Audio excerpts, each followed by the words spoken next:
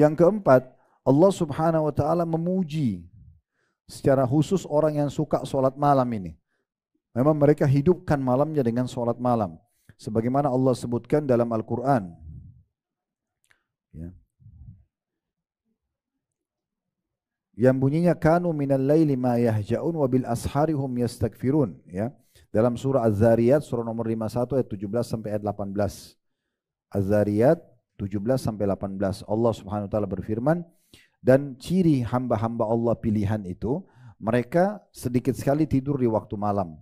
Orang tidak tahu, ini kata ulama tafsir turun kepada Utsman bin Affan. Sama dengan sedekah.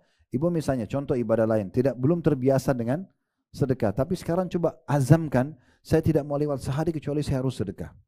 Nanti kalau kita walaupun kecil dulu, 10.000, 50.000, 100.000 kita keluarin. Nanti lama-lama kalau kita sudah tekuni ibadah itu, Allah lihat kita ikhlas, Allah buka hati kita, Bu. Kita jadi mau keluarin 10 juta, kita jadi mau ngeluarin 100 juta, kita jadi mau ngeluarin 1 miliar.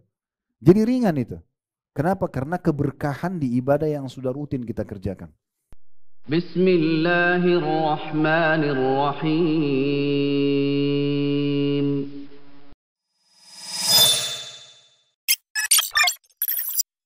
Ada 3 bagian beri makan itu ya. Ibu memberi makan orang, kirimkan makanan ke tetangga, kepada kerabat yang biasa mungkin kita lakukan.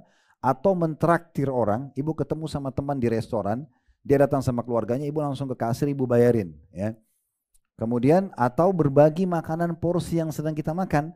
Mungkin pas kita mau makan, ada orang lain pengen, kita kasih. Ya. Itu nggak ada masalah.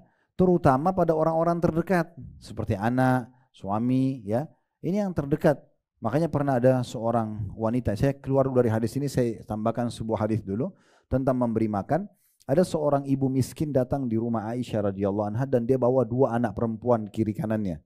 Lalu dia minta makanan ibu ini karena miskin, dia nggak punya apa-apa. Aisyah bilang, saya nggak punya apa-apa kecuali 3 butir kurma, tinggal itu saja.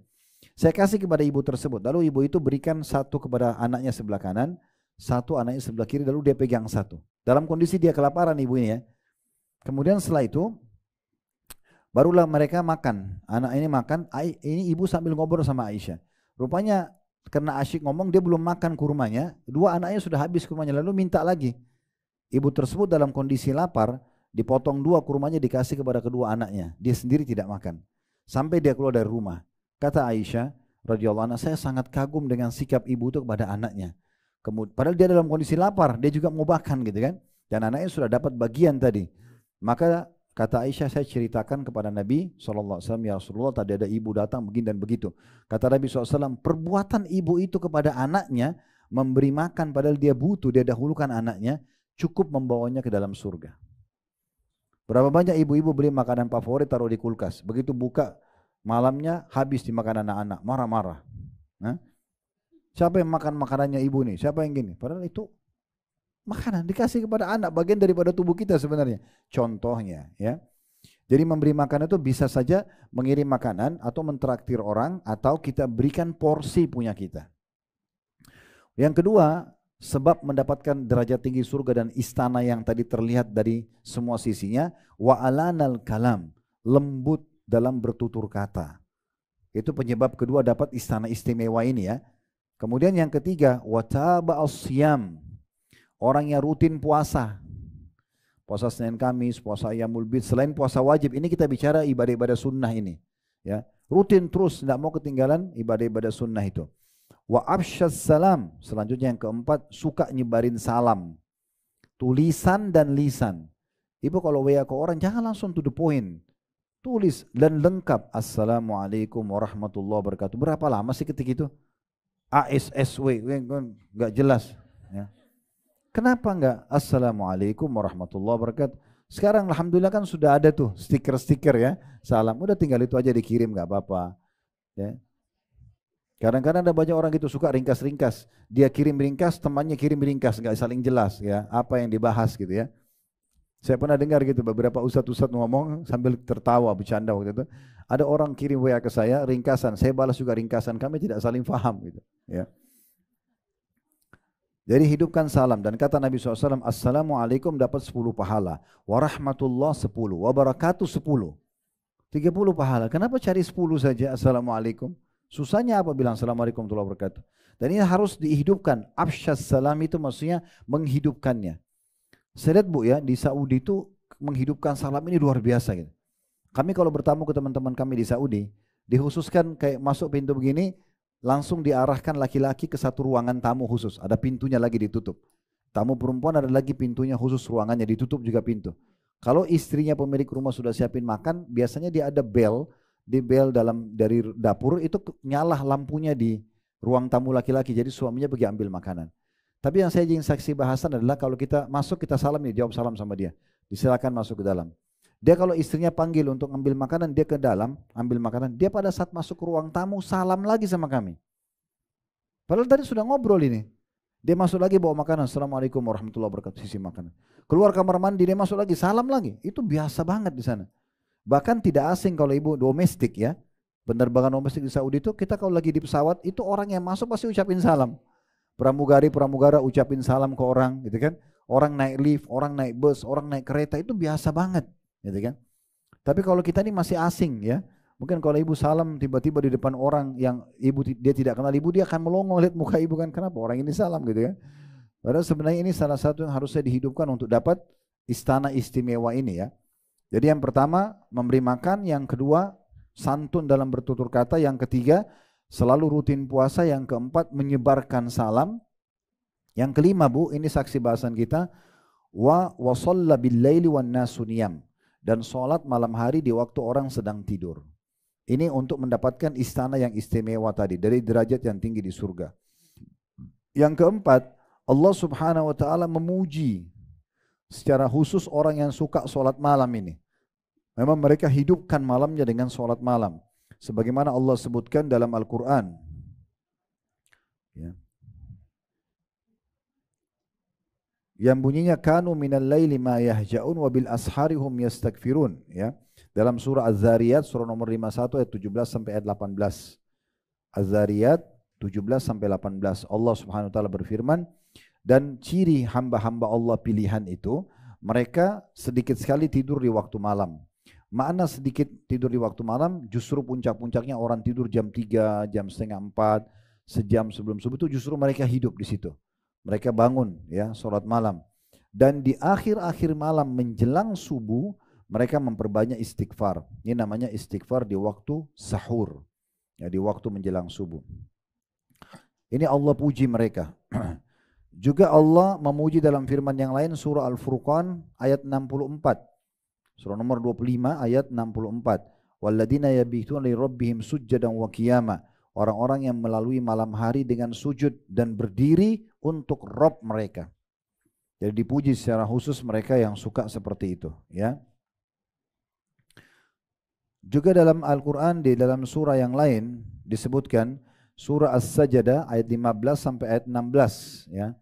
Allah memuji mereka, innama yu'minu bi ayatina alladhina idza dzukiru biha kharru sujjadan wa sabbahu bihamdi rabbihim wa hum la yastakbirun. Sesungguhnya orang-orang yang benar-benar beriman dengan ayat-ayat kami adalah orang-orang yang apabila diperingatkan tentang ayat-ayat kami maka mereka menyungkur sujud ya, dan bertasbih serta memuji Rabb mereka, sedangkan mereka tidak menyombongkan diri. Lalu Allah itu ayat 15-nya. Ayat 16-nya, tatajafa junubum anil madaji' yad'una rabbahum khaufan wa tama'an mimma razaqnahum yunfikun. Dan mereka itu ya, selalu saja lambung mereka jauh dari tempat tidur mereka di malam hari, sedang mereka sibuk berdoa kepada Rabb mereka dengan penuh rasa takut dan juga harap. Takut tidak diterima amalnya, takut masuk neraka atau takut disiksa, dan juga berharap sekali diterima amal-amal solehnya dengan rasa takut dan harap, dan mereka selalu menafkahkan dari rezeki yang kami berikan kepada mereka. Ini termasuk pujian Allah Subhanahu wa taala. Kemudian juga Allah Subhanahu wa taala, ini yang kelima ya. Allah Subhanahu wa taala membedakan orang-orang yang sholat malam dengan selain mereka ya. Artinya Allah puji secara khusus, memberikan mereka kedudukan khusus dibandingkan orang yang tidak menghidupkan malamnya dengan sholat malam ya. Dan insya Allah dipastikan ibu kalau sudah sibuk dengan bangun sholat malam dan ibadah-ibadah sunnah lain seperti ibu sholat duha, walaupun cuma 2 rakaat dulu nggak masalah. gitu kan. Walaupun baca surah-surah pendek dulu nggak masalah. Nanti pelan-pelan kalau sudah terbiasa sepekan, 2 pekan, sebulan nanti akan ada keinginan untuk menambah rakaatnya, menambah surah-surahnya itu akan dengan sendirinya nanti sampai pada tingkat level maksimal di ibadah itu. Kemudian tinggal kita istiqomah atau mempertahankannya. Seperti itulah ya. Yang jelas Allah Subhanahu wa taala membedakan mereka dengan menjanjikan tambahan rahmat atau karunia untuk orang-orang yang selalu sholat malam. Sebagaimana Allah jelaskan dalam surah Az-Zumar, surah nomor 39 ayat 9. Ya. Amman huwa qanitun ana al-laili sajidan wa qa'iman yahdharul akhirata wa yarju rahmata rabbi qul hal yastawi alladhina ya'lamuna wal ladina la ya'lamun innama yatadzakkaru ulul albab.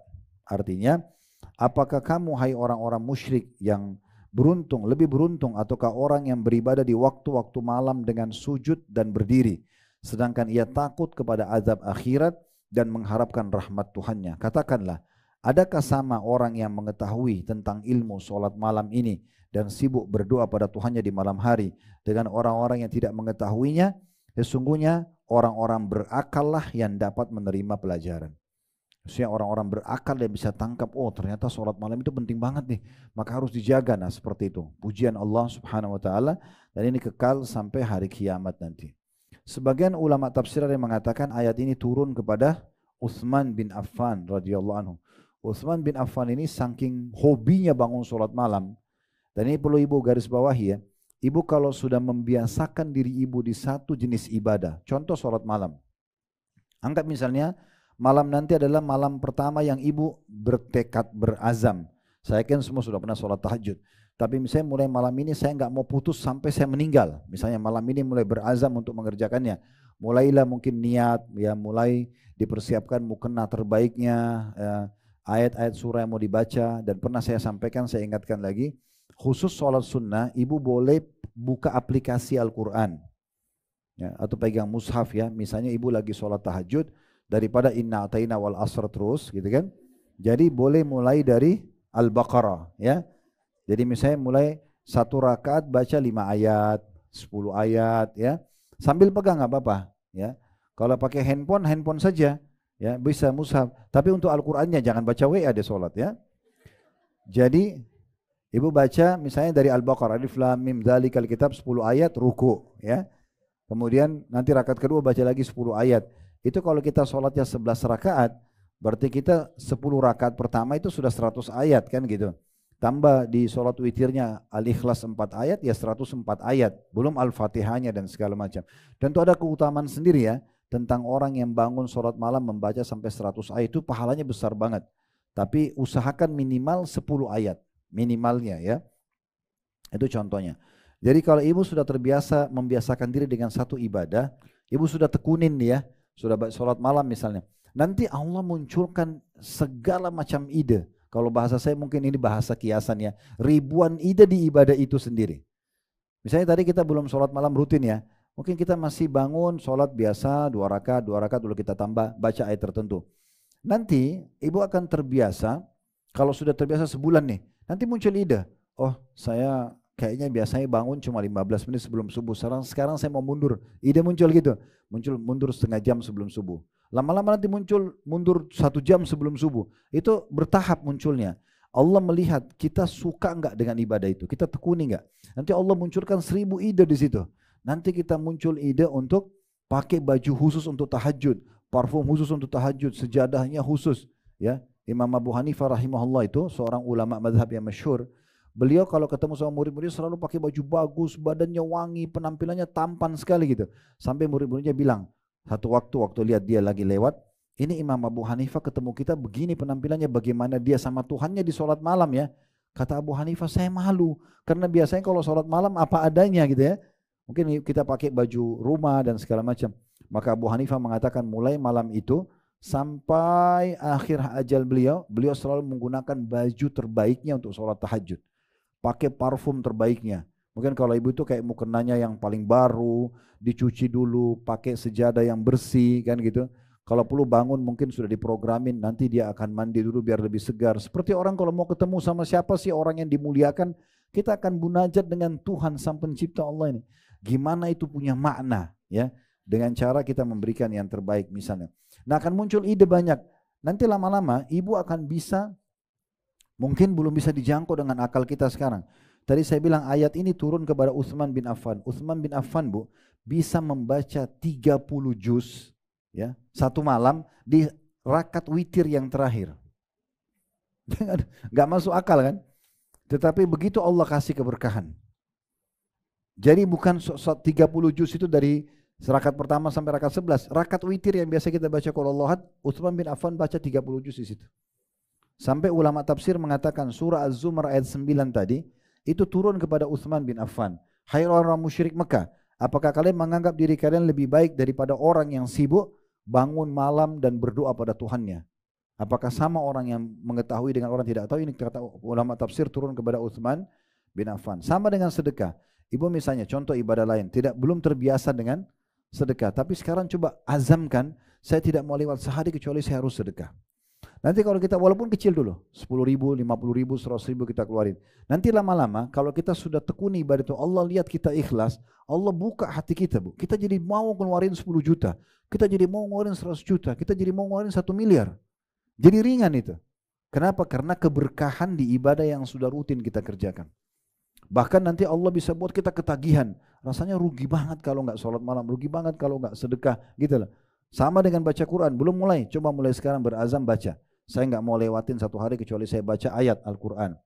Ya, saya pernah berbagi, ada aplikasi namanya Nakhtim ya, tinggal di download. Itu kalau kita setiap tutup HP, buka lagi terlanjut ke ayat setelahnya langsung. Jadi kita bisa khatam. Saya buka aplikasi itu selalu ya, ini bukan aplikasi kami. Tapi pernah ada anak saya satu kirimin ke saya, dia tidak sengaja mungkin, saya lihat kok bagus aplikasi ini. Akhirnya saya lihat, oh bagus ini diterapkan, saya selalu sampaikan ke jamaah. Saya juga tidak tahu siapa pemilik aplikasi ya. Cuma logonya dia warna hijau tulisan bahasa Arab, Nun, Kha, Ta, Mim. Ya, itu di download itu bagus banget. Kita bisa pilih suara imam siapa yang kita mau dengar ya. Kita mulai dari surah apa, misalnya kita mulai dari selain Al-Fatihah kita mulai Al-Baqarah. Nanti itu bisa ibu baca. Nah kelebihannya dia yang menarik buat saya, setiap kali kita tutup lalu kita buka lagi, dia nyambung ke ayat yang terakhir kita baca, sehingga kita terus bisa mengkhatam gitu ya. Itu contohnya. Dan nanti Allah kasih keberkahan, kita jadi mau lebih banyak baca Quran. Sama doa, ibu berat kalau belum pernah berdoa, tapi kalau ibu rutinkan doa itu sampai Allah lihat ketulusan kita, Allah mudahkan kita, hati tergerak. Setiap kali lihat ada orang punya kekurangan, kita berdoa agar kita diselamatkan dari itu. Setiap kali lihat orang punya kelebihan, kita minta diberikan yang sama. Tidak pernah berhenti berdoa, dan nanti muncul doa-doa yang ibu tidak pernah terfikir sebelumnya. Coba rutinkan doa, nanti tiba-tiba ada tutur kata kita yang kita tidak sangka gitu. Kayak keluar sendiri, Allah kasih keberkahan. Jadi ada banyak ide di ibadah yang sudah biasa kita jaga gitu loh Bu ya. Tapi ini tidak muncul kalau orang cuma kerjakan sesekali, malas-malesan, tidak bisa ya. Nanti itu juga akan membedakan derajat di surga tentunya ya. Baik, selanjutnya yang keenam, sholat malam itu akan menghilangkan dosa-dosa Bu ya. Akan menghapuskan dosa-dosa. Seperti disebutkan dalam sebuah hadis Nabi SAW riwayat Tirmidzi, alaikum biqiyamil lail fa innahu da'bus salihin qablakum. Jagalah selalu salat malam kalian karena itu kebiasaan orang soleh sebelum kalian. Wa huwa qurbatun ila rabbikum, dan dia adalah cara yang paling efektif untuk mendekatkan diri kepada Tuhan kalian. Saya ulangi lagi, kata Nabi SAW, alaikum berarti jaga, rutinkan ya, biqiyamil lail, salat malam itu. Fa innahu da'bus salihin qablakum, karena dia adalah tradisi atau kebiasaan orang soleh sebelum kalian. Wa huwa qurbatun ila rabbikum, dan dia adalah cara yang paling efektif mendekatkan diri kalian pada Tuhan kalian. Kemudian wa mukaffirun lisayyi'at, dan dia akan membersihkan dosa-dosa, wa manhatun lil atham, dan sekaligus bisa menghalangi dari dosa-dosa. Orang kalau biasa sholat malam, nanti dia akan dibukakan oleh Allah Subhanahu wa taala pintu penghapusan dosa, sekaligus dia jadi nggak mau buat dosa itu lagi. Karena rutinnya dia menjaga sholat malam. Ini keutamaan yang luar biasa gitu. Kemudian yang ke-7 adalah sholat malam merupakan sholat yang paling afdal setelah sholat 5 waktu. Sholat 5 waktu nggak ada yang kalah karena dia wajib ya. Tapi setelah itu nggak ada yang bisa kalahkan tahajud. Nggak duha, nggak sholat taubat, nggak sholat wudu, semua kalah dengan sholat tahajud dari sisi keutamaannya. Sebagaimana sabda Nabi SAW, hadis ini diriwayatkan oleh Imam Muslim, afdalus siyami ba'da Ramadan syahrullahil muharram. Puasa yang paling afdal setelah Ramadan adalah puasa di bulan Muharram. Sekarang kita sudah masuk Muharram ya. Jadi Muharram ini adalah bulan yang paling baik. Tentu puasa yang urutin aja kayak Senin Kamis, Ayyamul Bid, puasa 3 hari setiap bulan. Ini kalau ibu lakukan di bulan Muharram, pahalanya lebih besar dibandingkan bulan-bulan lain ya. Kemudian wa afdalus salati ba'dal maktubah salatul lail. Dan ketahuilah solat yang paling afdal setelah solat 5 waktu adalah solat qiyamul lail atau tahajud. Jadi keutamaan banyak sekali ya. Keutamaan yang ke-8. Solat malam merupakan tanda-tanda kemuliaan seorang muslim. Tolok ukur orang itu baik atau tidak, solat tahajudnya. Tolok ukurnya itu. Kalau dia sudah jaga tahajud, berarti dia akan jaga solat 5 waktunya itu otomatis. Ibu kalau sibuk jaga ibadah-ibadah sunnah, ibadah wajibnya akan terjaga.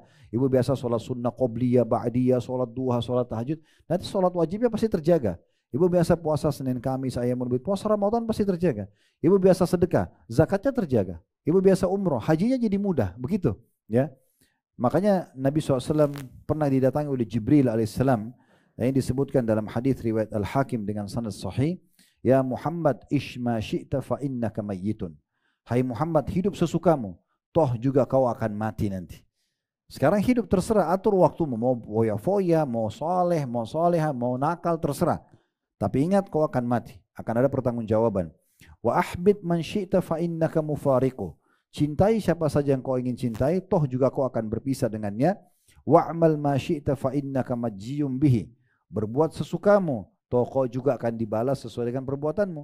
Baik akan dapat balasan baik, buruk akan dapat hukuman. Yang keempat, Allah Subhanahu wa taala memuji secara khusus orang yang suka sholat malam ini. Memang mereka hidupkan malamnya dengan sholat malam. Sebagaimana Allah sebutkan dalam Al-Quran. Ya. Yang bunyinya kanu minal laili ma yahja'un wa bil ashari hum yastakfirun. Ya. Dalam surah Az-Zariyat, surah nomor 51 ayat 17 sampai ayat 18. Az-Zariyat 17 sampai 18. Allah Subhanahu wa taala berfirman, dan ciri hamba-hamba Allah pilihan itu, mereka sedikit sekali tidur di waktu malam. Orang tidak tahu, ini kata ulama tafsir turun kepada Utsman bin Affan. Sama dengan sedekah. Ibu misalnya contoh ibadah lain, belum terbiasa dengan sedekah, tapi sekarang coba azamkan, saya tidak mau lewat sehari kecuali saya harus sedekah. Nanti kalau kita walaupun kecil dulu, 10.000, 50.000, 100.000 kita keluarin. Nanti lama-lama kalau kita sudah tekuni ibadah itu, Allah lihat kita ikhlas, Allah buka hati kita, Bu. Kita jadi mau keluarin 10 juta, kita jadi mau ngeluarin 100 juta, kita jadi mau ngeluarin 1 miliar. Jadi ringan itu. Kenapa? Karena keberkahan di ibadah yang sudah rutin kita kerjakan.